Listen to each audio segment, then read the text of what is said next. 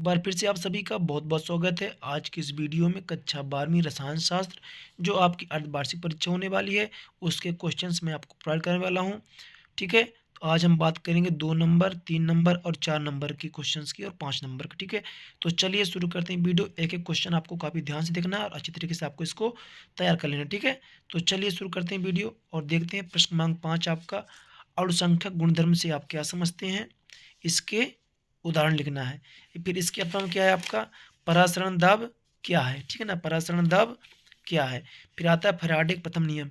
जो क्वेश्चंस मैं बता रहा हूँ इनको आपको काफ़ी अच्छे से तैयार कर लेना है, जो कि आपकी अर्धवार्षिक और वार्षिक परीक्षा दोनों के लिए बेहद इंपॉर्टेंट है। फिर इसके बाद आता है आपका विशिष्ट चालकता को परिभाषित करना। आपको क्या करना है? विशिष्ट चालकता को आपको परिभाषित करना है। इसके जस्ट बाद आता है आपका अपक्रिया की दर से आप क्या समझते हैं? ठीक है?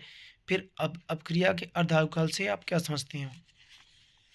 इसके बाद प्रश्न क्रमांक आपका आ जाता है 8।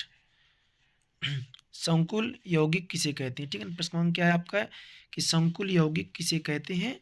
उदाहरण सहित लिखना है। फिर इसके बाद आता है प्रभावी परमाणु संख्या EAN क्या है? उदाहरण सहित समझाइए। अगर आपको इसके आंसर नहीं आते कमेंट करिए, मैं आंसर भी आपको प्रोवाइड करा दूंगा। बट एक क्वेश्चन आप जरूर से जरूर तैयार कर जाइएगा। फिर इसके बाद आता है निम्नलिखित उपसंयोजक यौगिकों के IUPAC नाम। कन्फर्म ही आता है। ठीक है ना? EDTA का पूरा नाम और संरचना सूत्र लिखना है। तो इन क्वेश्चंस को आप काफ़ी अच्छे से तैयार करिएगा। ठीक है? इसके बाद आपका आ जाता है प्रश्न क्रमांक 10। ज्यूटर आयन को उदाहरण से समझाना है या फिर क्या होता है जब केवल आपको समीकरण देना। क्या देना? आपको समीकरण देना है। फिर प्रश्न 11 में आता है निम्नलिखित सहसंयोजकों के सूत्र लिखना है आपको। ठीक है? या फिर इनके IUPAC नाम लिख देना है। इन क्वेश्चंस को आप काफ़ी अच्छे से तैयार कर जाइएगा। फिर DNA RNA में 2 अंतर है। फिर हमारे शरीर में विटामिन B और C संचित क्यों नहीं होता है? जो क्वेश्चंस मैं आपको बता रहा हूँ एकदम गारंटेड वाले क्वेश्चंस हैं, इनको आप जरूर करके जाइएगा। फिर आते हैं राउल का नियम लिखकर सिद्ध कीजिए कि वाष्प दाब का आपेक्षिक अनुमान विलेय के मूल प्रवाह के बराबर होता है। फिर आदर्श व अनादर्श में कोई 3 अंतर लिखना है ना, आदर्श व अनादर्श विलयन में। इसके बाद आता है अपक्रिया की कोटि और आणविकता में 3 अंतर, या फिर इसके अथवा में सिद्ध कीजिए प्रथम कोट की अपक्रिया का अर्धायुकाल मान क्रिया कारक प्रांत से अंतर निर्भर नहीं करता है। फिर प्रथम संगमन श्रेणी के तत्वों के नाम, संकेत और इलेक्ट्रॉनिक विन्यास। अगर आपको क्वेश्चन के आंसर नहीं आते हैं तो आप हमें बताइएगा। ठीक है ना? इसके जस्ट अथवा में आ जाता है आपका, देखिएगा।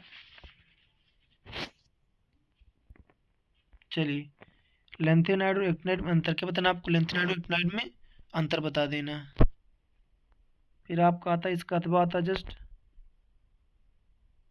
फिनॉल से आप कैसे प्राप्त करेंगे। ठीक है ना? 2,4,6 ट्राई नाइट्रोफिनॉल।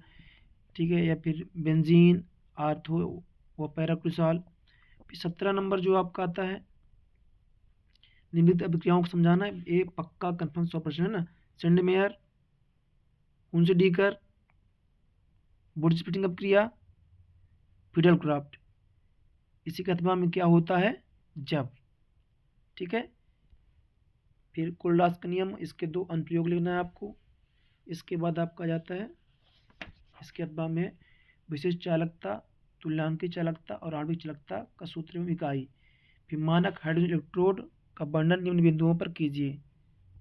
नामांकित चित्र, कार्बनिक उपकरण का वर्णन, या फिर अथवा में अपक्रियाएं, इनको करना है। ठीक है?